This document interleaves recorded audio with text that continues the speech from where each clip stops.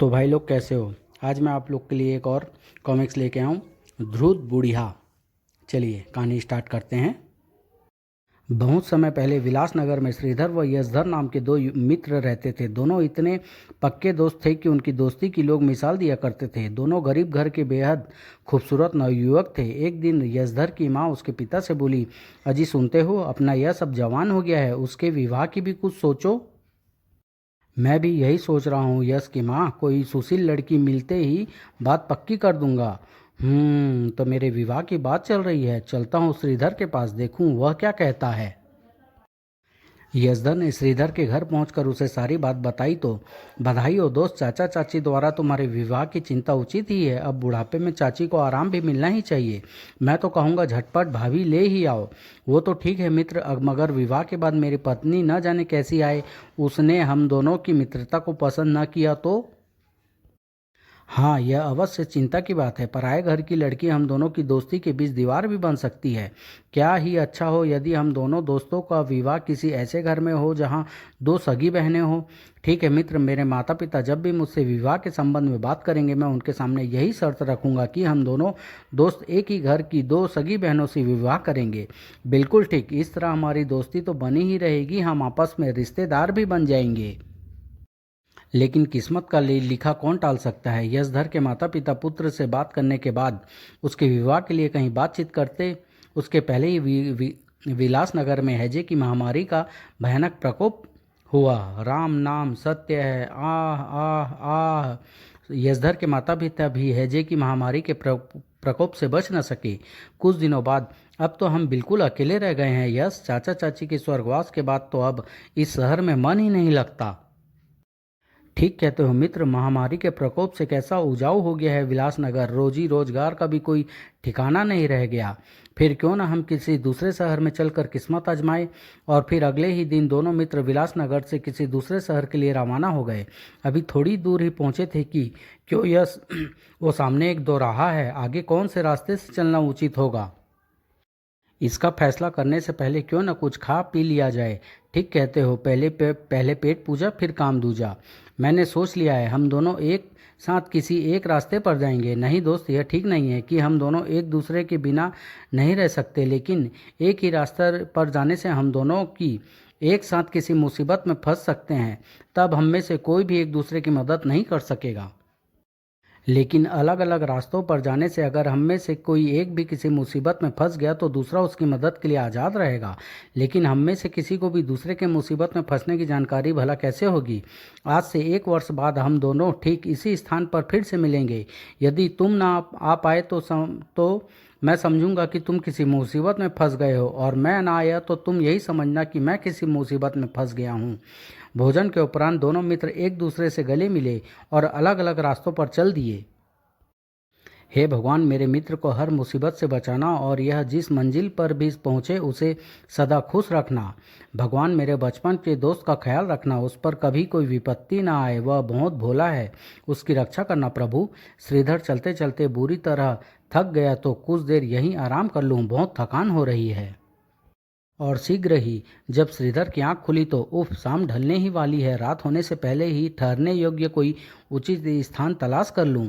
अचानक श्रीधर का हाथ अपनी चाबी पर गया तो वह चौंक सा गया। अरे यह क्या, मेरी चाबी, यह तो सोने की लग रही है। मेरी चाबी तो लोहे की थी, पर है तो यह मेरी चाबी ही, फिर यह सोने की कैसे हो गई। मेरे दादाजी ने एक बार पारस पत्थर की कहानी सुनाई थी, कहीं वैसे ही किसी पत्थर से छू कर तो यह चाबी सोने की नहीं बन गई। अरे यह पत्थर कैसा है, कहीं यह पारस पत्थर तो नहीं, इसे परखना चाहिए। श्रीधर ने जेब से कुछ सिक्के निकालकर पत्थर पर रगड़े, पलक झपकते ही सिक्के सोने के सिक्के में बदल गए। यही है पारस पत्थर, मिल गया मुझे, खजाना मिल गया। हा हा हा, मैं करोड़पति हूँ। पारस पत्थर संभाल कर अपनी पोटली में रखकर श्रीधर आगे बढ़ा और एक सुंदर नगर में पहुंचा। यह सराय ठीक रहेगी, यहीं ठहरता हूँ। उस सराय की मालकिन एक कानी कुबड़ी ध्रुव बुढ़िया थी। हे, मेरी सराय में तुम्हें अच्छा खाना, सोने के लिए शानदार पलंग, सब कुछ मिलेगा, मगर रोज एक सोने का सिक्का देना पड़ेगा।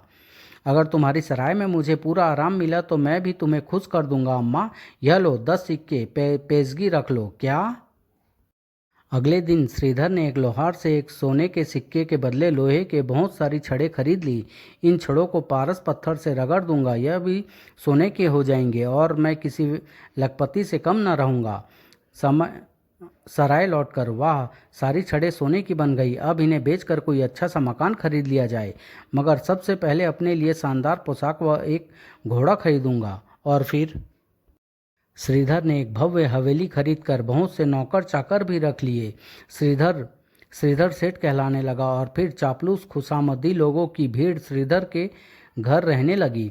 वाह सेठ जी वाह, क्या दावत दी है, मज़ा आ गया। आप भी भोजन कीजिए ना सेठ जी। नहीं नहीं, आप लोग कीजिए भोजन, मैं सबको खिलाने के बाद ही खाऊंगा। रोज अनगिनत भिखारी श्रीधर की शानदार हवेली के सामने कतार बनाकर खड़े हो जाते। किसी को उसके यहाँ से निराश नहीं लौटना पड़ता। आए, यह तो वही है जो पिछले माह मेरी सराय में ठहरा था। इसके पास इतना पैसा कहाँ से आया? जब मेरी सराय में आया था तब तो मामूली आदमी ही लग रहा था। जरूर इसमें कोई रहस्य है, मुझे पता लगाना चाहिए। कानी कोबड़ी सराय की मालकिन ने अपनी महाधृत इकलौती बेटी को श्रीधर की दिन दूनी रात चौगनी तरक्की के बारे में बताया।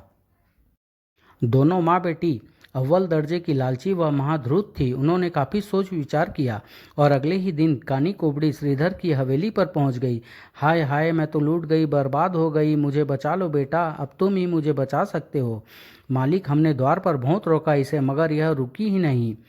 कोई बात नहीं, तुम लोग जाओ। क्या बात है अम्मा, आप बड़ी परेशान नजर आ रही है। श्रीधर सराय की मालकिन को पहचान गया था। हाय बेटा, तुम एक बार मेरी सराय में क्या ठहरे, मैं तो बर्बाद हो गई। मेरी बेटी तुम्हें देखने के बाद से ही खाना पीना सोना हंसना सब कुछ भूल गई है। क्या? मैं सच कह रही हूँ बेटे, एक बार, सिर्फ एक बार तुम मेरे साथ चले चलो। मुझे यकीन है तुम्हें देखते ही मेरी बेटी के होठों की मुस्कुराहट वापस लौट आएगी। कानी कुबड़ी सराय की मालकिन के अनुरोध के सम्मुख श्रीधर लाचार हो गया। वह सराय की मालकिन कानी कुबड़ी के साथ उसके घर गया। आप आ गए, मैं जानती थी आप जरूर आएंगे। सराय की मालकिन कानी कुबड़ी की बेटी रूपा 16 श्रृंगार कर आकर्षक रूप में जब श्रीधर के सामने आई तो वह ठगा सा रह गया। कैसी अद्वितीय सुंदरी है यह। मैंने बहुत चाहा था अपने दिल की बात कह दूं, मगर नहीं कह सकी। अब जबकि आप सब कुछ समझ ही गए हैं, वादा कीजिए मुझे छोड़कर कहीं नहीं जाएंगे। उस दिन श्रीधर वहां रुका तो नहीं, लेकिन रूपा को देखकर वह कुछ ऐसा मुग्ध हुआ कि उस दिन के बाद से हर रोज वहां आने लगा। मैंने तो एक गरीब सीधे साधे आदमी को दिल दिया था। मैं ना जानती थी कि एक दिन आप इतने अमीर हो जाएंगे। आखिर इतनी जल्दी आपके पास ढेर सारी दौलत आ कहाँ से गई? यह सब इस पारस पत्थर का करिश्मा है प्रिय। इसका जिक्र तो सिर्फ कहानियों में सुना है, कहीं सचमुच थोड़े ही होते हैं पारस पत्थर। नहीं, मेरे पास सचमुच पारस पत्थर है।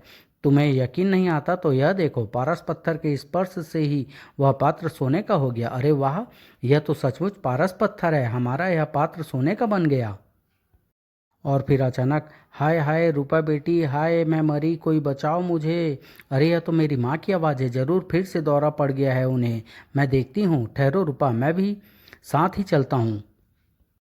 श्रीधर रूपा के साथ दूसरे कमरे में पहुंचा तो कानी कोबड़ी बुढ़िया चारपाई पर पड़ी छटपटा रही थी। हाय, अब नहीं बचूंगी मैं, मेरे बाद मेरी बेटी का क्या होगा? हाय, अभी तो मैंने उसके हाथ पीले भी नहीं किए हैं।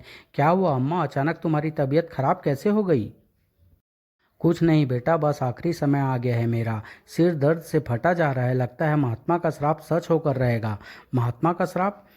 आह, अब क्या बताऊं बेटा, हमारे खानदान पर किसी महात्मा का श्राप है। मेरी माँ और बड़ी बहन भी इस दर्द से तड़प तड़प कर मरी थी और अब लगता है अब मेरी बारी है। हाय, क्या कोई इलाज नहीं है इसका? इलाज तो है इसका, मगर बेटे पारस पत्थर हम इंसानों को भला कहाँ से मिलेगा? हाय, पारस पत्थर? हाँ बेटे, मेरी माँ ने बताया था। जिस महात्मा का श्राप हमारे खानदान पर चला आ रहा है उसी ने बताया था कि यदि खानदान की कोई औरत दर्द होने पर 3 दिन तक सुबह शाम 2 बार पारस पत्थर से अपना माथा रगड़ेगी तो यह दर्द हमेशा के लिए ठीक हो जाएगा। पारस पत्थर? पारस पत्थर तो है, मेरे पास है। क्या सच सच कह रहे हो तुम? नहीं नहीं, भला तुम्हारे पास कहाँ से आया होगा? नहीं माँ, यह सच कह रहे हैं, इनके पास पारस पत्थर है। अगर सचमुच ऐसा ही है तो क्यों ना अपना पारस पत्थर 3 दिन के लिए हमें दे दो बेटे। हाय, सिर दर्द से जान निकली जा रही है। श्रीधर सीधा साधा भोला भाला इंसान था। उसने बिना किसी हिचकिचाहट के पारस पत्थर कानी कुबड़ी बूढ़ी के हवाले कर दिया। 3 दिन बाद जब श्रीधर ने अपना पारस पत्थर वापस मांगा तो क्या कहा? पारस पत्थर? झूठे मक्कार, तूने कभी देखा भी है पारस पत्थर? देख रही हो रूपा, तुम्हारी माँ तुम्हारे सामने ही झूठ बोल रही है। मेरी माँ को झूठा कहता है दुष्ट, जा दफा हो जा यहाँ से। ओह, तो तुमने भी रंग बदल लिया। मैं महाराज से शिकायत करूँगा। शिकायत तो तू बाद में करेगा, पहले हमसे तो निपट ले। हम तुझे शिकायत करने का मौका ही नहीं देंगे। हा हा हा। हाय। इधर श्रीधर से अलग होकर यशधर राजगढ़ पहुंचा। वहां उफ, यह घोड़ा बिदक गया है, लगता है घुड़सवार गिर जाएगा। लगाम घुड़सवार के हाथ से छूट गई है। आह बचा। यशधर ने लगाम खींचकर बिदके हुए घोड़े को काबू में कर लिया था। तुम कौन हो युवक? हमारे राज्य के तो नहीं लगते। यशधर ने अपने बारे में घुड़सवार को बताया तो ओह, तो तुम्हें काम की तलाश है। हम यहाँ के महामंत्री हैं, तुम हमारे साथ दरबार में चलो। तुम जैसे बहादुर व्यक्ति को हम कोई न कोई काम अवश्य दिलवा देंगे। महामंत्री यशधर को राज दरबार में ले गए और राजा को यशधर की बहादुरी के बारे में बताया। ठीक है, तुम आज से हमारे साथ रहोगे यशधर। यशधर राजा के अंगरक्षक के रूप में उनके साथ रहने लगा। शिकार खेलने के अनेक अवसरों पर उसने हिंसक जंतुओं से राजा की जान भी बचाई। फिर एक दिन, तुम हमारे घनिष्ठ मित्र हो यशधर, हम इसलिए तुम्हें एक बहुत ही गोपनीय व आवश्यक कार्य सौंप रहे हैं। महाराज ने मुझे मित्र समझा, मेरा अहोभाग्य। हमें अपने खंजाची और कोतवाल पर शक है। तुम्हें गुप्त रूप से उन्हीं के बारे में जांच पड़ताल करनी है। हमने उनके बारे में कई बार शिकायतें सुनी हैं, किंतु जब तक उनके खिलाफ कोई पक्का सबूत नहीं हुआ हम उनके खिलाफ कोई कार्यवाही नहीं कर सकते। हमारा खजाना दिन पर दिन खाली होता जा रहा है और हमें शक है कि खंजाची खजाने से धन चुरा रहा है। कोतवाल और चोर बदमाशों से रिश्वत लेकर उन्हें छोड़ देता है। राज्य में अराजकता फैल रही है, भ्रष्टाचार बढ़ता जा रहा है। मुझे विश्वास है महाराज, कोतवाल और खंजाची को जल्द ही सुधार दूंगा या उनका असली चेहरा मैं शीघ्र ही आपके सामने बेनकाब कर दूंगा। कैसे? कल जब खंजाची महोदय राज दरबार में आए, उन्हें आप क्रोध भरी नज़रों से देखें और मुंह घुमा ले, उनसे ठीक से बात भी ना करें। अगले दिन राजा ने वैसा ही किया जैसा यशधर ने कहा था। महाराज बड़े क्रोध में लगते हैं, मेरे अभिवादन का भी उत्तर नहीं दिया, मुंह दूसरी ओर घुमा लिए। बात क्या है? उसी रात खंजाची के घर पर, अरे यशोधर बेटा, तुम चाचा, आप राज दरबार में महाराज के पिता के समय से खंजाची के पद पर आसीन है, किंतु क्या बेटे, क्या बात क्या है?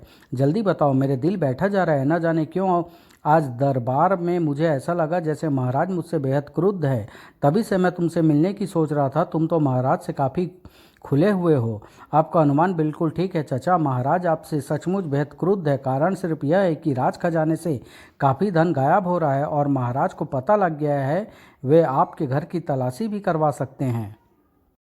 मुझे बचा लो बेटे, मेरी अक्ल पर पत्थर पड़ गए थे जो मैंने अमानत से खयानत की। मैं सारा धन राज खजाने में पहुंचा दूंगा। बस मेरे घर की तलाशी ना हो, वरना मेरी सारी प्रतिष्ठा धूल मिल जाएगी। मैं महाराज को समझाने की चेष्टा करूंगा कि अभी 2-4 दिन आप के यहाँ की तलाशी न ली जाए। तब तक आप खजाने से चुराया गया सारा धन वापस खजाने में पहुंचा दे, तब शायद मैं आपको बचा लूँ। खंजाची के यहाँ से यशधर सीधा राजमहल में महाराज के समक्ष पहुँचा। उपाय सफल रहा महाराज, अब आप कोतवाल के साथ भी ऐसा ही व्यवहार करें। अगले दिन राजा ने कोतवाल को क्रोधपूर्वक देखा और उसके अभिवादन पर क्रोध से मुंह घुमा दिया। उफ, आज महाराज मुझसे नाराज हैं, जरूर कोई बात है। यशधर महाराज के काफ़ी घनिष्ठ संगियों में है, उसी से पूछूंगा। उस दिन दरबार से निकलते ही कोतवाल सीधा यशधर के यहाँ पहुँचा। यशधर के रहने के लिए महाराज ने छोटा सा किंतु बेहद सुंदर घर बनवा दिया था। यशधर अब अपने घर में ही रहता था। संयोग से यशधर घर पर ही था। अरे आप कोतवाल जी, कहिए कैसे तकलीफ को की? यूं ही आया था बेटे, तुम सुनाओ, सब कुशल मंगल तो है ना? महाराज नाराज तो नहीं है हमसे? अब क्या बताऊं कोतवाल जी, महाराज को खबर लग गई कि आप रिश्वत लेकर चोर उचक्कों को छोड़ देते हैं, धन में हिस्सेदारी के लालच में डकैतों की मदद करते हैं। अब मैं तो आपको कोई मदद भी नहीं कर सकता। अच्छा यही होगा कि भविष्य में आप महाराज को शिकायत का कोई अवसर न दें। मैं वचन देता हूँ बेटे, अब महाराज को कभी भी मुझसे कोई शिकायत का अवसर नहीं मिलेगा। अच्छा यही होगा कि आपने अपराधियों से रिश्वत लेकर जो धन एकत्र किया है वह भी महाराज के नाम से गरीब ज़रूरतमंदों को बांट दे, वरना महाराज सेनापति को हुक्म देकर आपकी कोठी की तलाशी करवाएंगे और अवैध रूप से एकत्र किया हुआ सारा धन जब्त कर लेंगे। नहीं नहीं, तुम जैसा कह रहे हो मैं वैसा ही करूँगा बेटे, किंतु महाराज द्वारा तो तलाशी लिए जाने से बचा लो मुझे, वरना मेरी सारी इज्जत धूल में मिल जाएगी। यशधर ने कोतवाल को भी समझा बुझा विदा किया। अब ये लोग निश्चय ही सुधर जाएंगे। धीरे धीरे यशधर राजा का निकटतम सलाहकार बन गया। 1 साल बीतने से कुछ दिन पहले, अरे मैं तो बिल्कुल ही भूल गया, श्रीधर से मिलने का दिन करीब आ रहा है। मैं महाराज से मिलकर 1 माह की छुट्टी ले लेता हूँ। 1 माह की छुट्टी? मगर किस लिए यशधर? महामंत्री तो तुम्हारे विवाह का जिक्र कर रहे थे। तुम तो जानते ही हो उनकी विवाह योग्य 2 कन्याएं हैं, जिनमें से बड़ी के लिए महामंत्री ने तुम्हें पसंद कर लिया है। यशधर ने जाने का कारण बता दिया। यह जानकर कि यशधर अपने पुराने मित्र से मिलने जाना चाहता है, महाराज ने खूब धन्य धान्य देकर राजसी ठाट बाट के साथ यशधर को विदा किया। मुझे राजकुमारों जैसे रूप में देखकर श्रीधर कितना खुश होगा। चलते चलते शाम हो गई। तभी यशधर को एक बाग नजर आया, जिसके निकट एक सुंदर हवेली थी। वास्तव में वह एक खूबसूरत सराय थी। यशधर बाग में पहुंचा। मेरा नाम यशधर है, राजगढ़ से आया हूँ। रात गुजारने के लिए थोड़ी जगह मिलेगी? अवश्य श्रीमान। एक सुंदर कमरे में यशधर के आराम के लिए इंतजाम कर दिया गया। आहा, क्या शानदार पलंग है। आधी रात को यशधर की आँख खुली। पानी पीने के लिए वह उठा, तभी अचानक उसकी दृष्टि खिड़की से बाहर आसमान की ओर पड़ी। अरे, यह क्या देख रहा हूँ मैं? उड़न खटोले पर 2 परियां। हे भगवान, कहीं मैं सपना तो नहीं देख रहा हूँ। यशधर धीरे धीरे अपने कमरे से बाहर निकलकर बगीचे में आ गया और एक पेड़ के पीछे छुप गया। अरे वाह, यह तो बगीचे में ही उतर रही है। अरे, परियों के हाथों में यह 2 शीशियाँ कैसी है? यह क्या? ये तो उनमें से एक शीशी खोलकर सूंघ रही है। आश्चर्य! शीशी सूंघते ही परियां बंदरिया बन गई। परियों ने बगीचे से अनगिनत फल व फूल तोड़कर उड़न खटोले में रखे और उछलने कूदने नाचने लगी।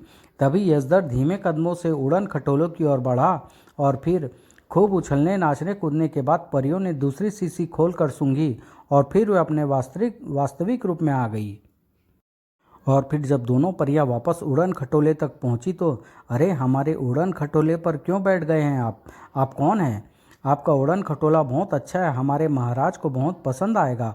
सोचता हूँ महाराज से आपको इसकी कीमत दिलवा दूँ। नहीं नहीं, हमारा उड़न खटोला छोड़ दीजिए, इसे हम किसी को भी नहीं दे सकते। तो फिर आपके पास जो 2 जादुई शीशियाँ हैं वही मुझे दे दीजिए। नहीं, यह हम आपको नहीं दे सकेंगी। फिर आप यहाँ से जा भी नहीं सकेगी। दे दो बहन, अगर हमें परी लोग पहुँचने में देर हुई तो फिर महारानी नाराज़ हो जाएगी। ठीक है, एक शर्त पर हम यह शीशियाँ आपको दे सकती हैं। इन जादुई शीशियों के जादुई प्रभाव का उपयोग आप कभी किसी भले आदमी को सताने के लिए नहीं करेंगे। मुझे मंजूर है। दोनों शीशियाँ लेकर यशधर उड़न खटोले से उतर गया और परियां उड़न खटोले पर बैठकर उड़ गई। मैंने निशान बना लिए हैं ताकि पहचान बनी रहे कि कौन सी शीशी से बंदरिया बनाने वाली सुगंधी है और कौन सी में वापस अपना रूप धारण करने की। अगले दिन यशधर फिर से अपना सफ़र पर रवाना हुआ। आज 1 वर्ष पूरा हो गया श्रीधर से बिछड़े हुए। कहीं वह मुझे भूल न गया हो। यही वह स्थान है जहाँ साल भर पहले हम लोग अलग हुए थे। जिस स्थान पर श्रीधर व यशधर साल भर पहले मिलने का वादा करके अलग हुए थे, वहीं यशधर 2 दिन तक श्रीधर का इंतजार करता रहा, मगर श्रीधर ना आया तो यशधर भी उसी रास्ते पर चल पड़ा जिस पर साल भर पूर्व श्रीधर गया था। कुछ भी हो, मैं अपने मित्र का हालचाल मालूम करके ही लौटूंगा। चलते चलते यशधर उसी नगर में पहुंच गया जिसमें साल भर पहले श्रीधर पहुंचा था। काफ़ी सुंदर व बड़ा नगर है। यहाँ श्रीधर को तलाश करना आसान कार्य न होगा, फिर भी मैं अपनी कोशिश में कोई कसर नहीं छोड़ूंगा। बहुत से लोगों से यशधर ने श्रीधर के बारे में पूछताछ की। काफ़ी लोगों से पूछताछ करने के बाद अचानक एक जगह, श्रीधर, अरे भाई, कहीं आप सेठ श्रीधर के बारे में तो नहीं पूछ रहे, जो साल भर पहले इस शहर में आए थे? बेचारे बड़े दोनों सज्जन थे। बेचारे बड़े दानी सज्जन थे। बेचारे क्या मतलब? क्या वो अब? नहीं नहीं, है तो वह ठीक ठाक ही। मेरा मतलब जीवित है, किंतु मरे समान पागल हो गए हैं सेठ श्रीधर। क्या क्या वह मेरे मित्र श्रीधर के बारे में ही कह रहा है? किंतु वह सेठ कैसे हो सकता है? फिर भी मुझे पता करना चाहिए। मुझे सेठ श्रीधर के बारे में और पूछताछ करनी चाहिए। क्यों भाई, सेठ श्रीधर आखिर पागल कैसे हो गए? अरे नगर सराय की मालकिन कुबड़ी बुढ़िया की बेटी से शादी के बाद से ही पागल हो गए हैं सेठ श्रीधर। अब तो उन्हें देखे हुए भी जमाना हो गया, वरना एक वक्त था जब हमारी अच्छी दोस्ती थी सेठ जी से। अब तो वह ध्रुत बुढ़िया सेठ जी को हवेली और धन दौलत की मालकिन है। मेरे मित्र ने विवाह कर लिया, किंतु हम दोनों ने तो एक साथ ही एक ही घर की दो सगी बहनों से विवाह करने का निश्चय किया हुआ था। नहीं नहीं, यह सेठ श्रीधर मेरा दोस्त नहीं हो सकता, पर फिर भी एक नज़र उसकी सूरत देख लेने में क्या हर्ज है। लोगों से पूछताछ करके यशधर सेठ श्रीधर की विशाल हवेली तक पहुंचा। यही है सेठ श्रीधर की हवेली, मगर सेठ श्रीधर कहाँ है? यशधर अंदर जाने लगा तो दरबान ने उसे रोक दिया। तुम अंदर नहीं जा सकते, किसी को अंदर जाने की इजाज़त नहीं है। किंतु मैं सेठ श्रीधर का मित्र हूँ, तुम चाहे कोई भी हो, मालकिन की आज्ञा है किसी को अंदर जाने न दिया जाए, और मैं तुम्हें अंदर जाने नहीं दूंगा। यशधर ने दरबान को बहुत समझाया बुझाया, किंतु दरबान ने उसे अंदर नहीं जाने दिया। इस दरबान से बहस करना बेकार है, तब घोड़ा यहाँ बांध दूँ, फिर अंदर जाने का उपाय करता हूँ। अब यह परियों द्वारा दी गई सुगंधी की शीशियों से मैं बंदर का रूप धारण कर लूँ।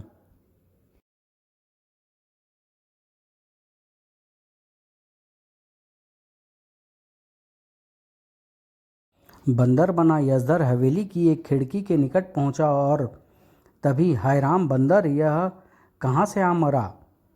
कानी कुबड़ी बूढ़ी ने बंदर को भगाने के लिए लाठी घुमाई, मगर यशधर ने उछलकर छत से लटकता फानूस पकड़ लिया और फिर हाय मैं मर गई।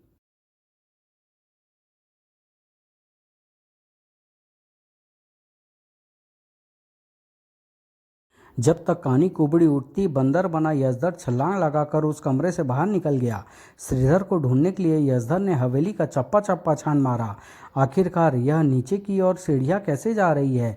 शायद कोई तहखाना है, नीचे चल कर देखूं, शायद वहाँ श्रीधर दिखाई पड़ जाए।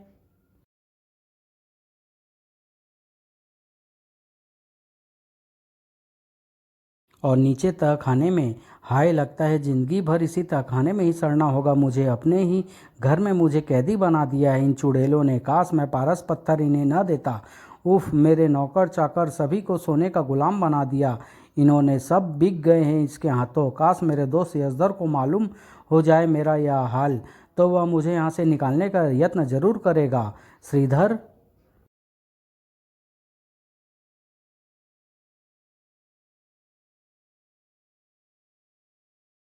आए मेरे दोस्त यशधर की आवाज़। नहीं नहीं, लगता है मुझे भ्रम हुआ है, मगर यह बंदर यहाँ कैसे आ पहुँचा? श्रीधर को उलझन में पड़ा देख यशधर वास्तविक रूप में लाने वाली सुगंधित सूंघ कर असली रूप में प्रकट हुआ। यशधर, श्रीधर। गले मिलकर कुछ देर तक दोनों मित्र खुशी के आंसू बहाते रहे। फिर श्रीधर ने उसकी दुर्दशा का कारण जानने के बाद, मैं इन दुष्ट माँ बेटियों को जरूर सबक सिखाऊंगा। आज और सब्र कर लो, कल हर हालत में तुम कैद से आज़ाद होगे, यह मेरा वादा है। और फिर पुनः बंदर बनकर यशधर उछलता कूदता हवेली से बाहर चला गया।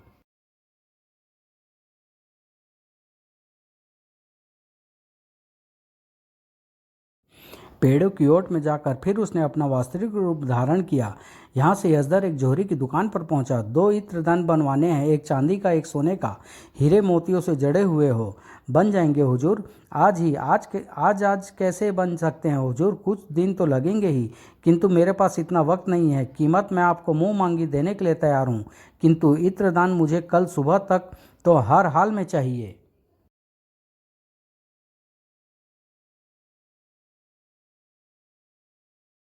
मुंह मांगी कीमत मिलने पर भला जौहरी इत्रदान कैसे न तैयार करता।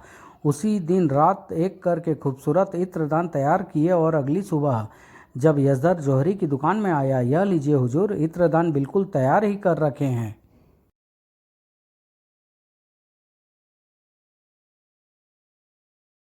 फिर यशधर ने बहुत सारे इत्रों की शीशियाँ खरीद कर इत्रदानों में रख ली। यशधर ने सोने के इत्रदान में अपने पास की दोनों शीशियों में से एक शीशी रख दी। अब ठीक है। उसके बाद वह हवेली के मुख्य द्वार पर पहुंचा। अरे तुमसे कल कहा था ना, अंदर जाने की किसी को इजाज़त नहीं है।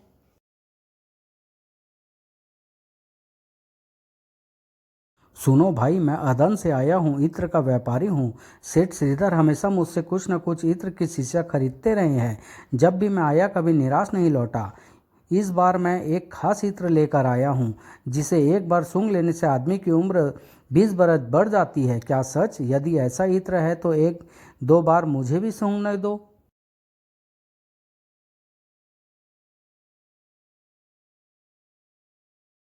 एक दो बार? अरे यार, मैं तुम्हें एक पूरी शीशी ही दे दूंगा मुफ्त में, लेकिन सेठ जी या सेठानी जी से एक बार मिलवा दो। सेठ जी से तो नहीं, हाँ सेठानी जी से मैं तुम्हारी मुलाकात अवश्य करवा सकता हूँ। अरे तो उन्हीं से मुलाकात करवा दो, हमें तो इत्र बेचने से मतलब है। लेकिन पहले इत्र की एक शीशी तुम मुझे दो। जरूर भाई, यह लो। यशधर ने चांदी के इत्र दान से इत्र की एक कीमती शीशी दरबान को मुफ्त में दे दी। और फिर दरबान ने कानी कुबड़ी बूढ़ी और रूपा को जाकर बताया, मालकिन, अदन से एक इत्र का व्यापारी आया है। वह बहुत पीछे पड़ा है कि मुझे मालिक या मालकिन किसी से भी मिलवा दो।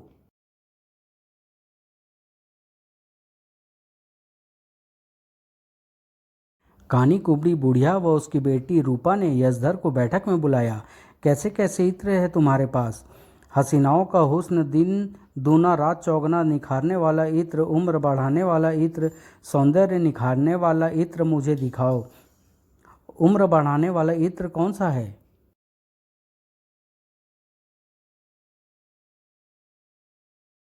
यह इत्र सूंघ कर देखिए आप, आपका सौंदर्य अप्सराओं को भी मात देने लगेगा।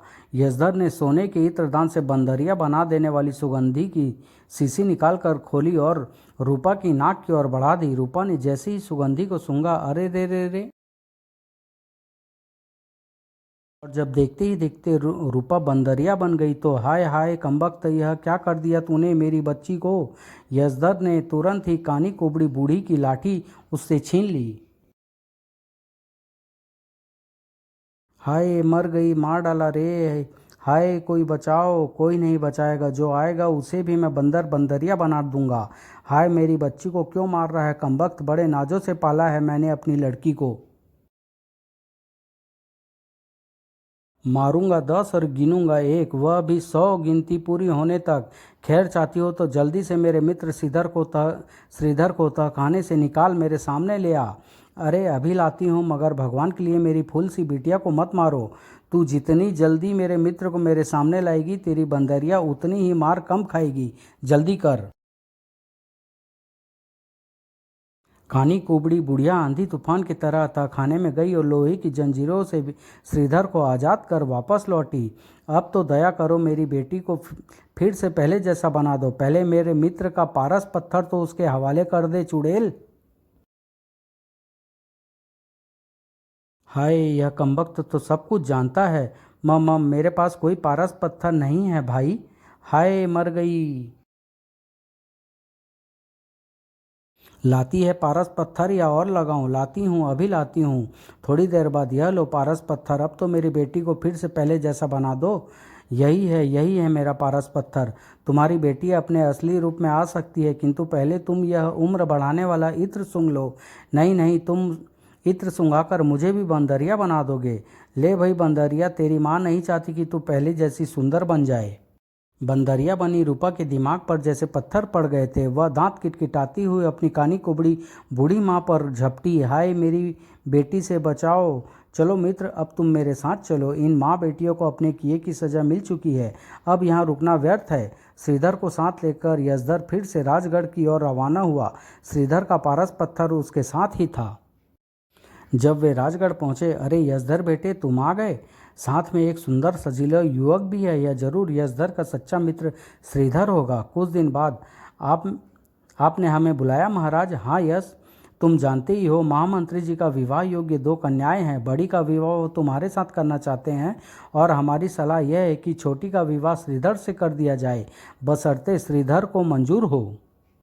श्रीधर को भला क्या आपत्ति होनी थी? यशधर व श्रीधर तो चाहते ही यह थे कि उनका विवाह एक ही घर की 2 बहनों से हो, और उनकी इच्छा आखिरकार पूरी हो गई। एक शुभ मुहूर्त में दोनों मित्रों का विवाह एक ही लग्न मंडप में बड़ी धूमधाम से संपन्न हुआ। विवाह के कई माह के बाद एक दिन जब दोनों मित्र अपनी पत्नियों के साथ भ्रमण पर थे, एक स्थान पर कभी थी कानी कभी हूँ अंधी, लालच की हर बात है गंदी। आया था भूचाल भयंकर, टूटी नगर सराय अति सुंदर। जान बच गई जाने कैसे, देना भैया पैसे दो पैसे। हाय मुझ दुखियारी, वक्त की मारी को भगवान ने दी सजा दी। आप लोग तो दया कीजिए माई बाप, अरे यह तो वही बुढ़िया है। डम डम डम डम डम डम। समाप्त।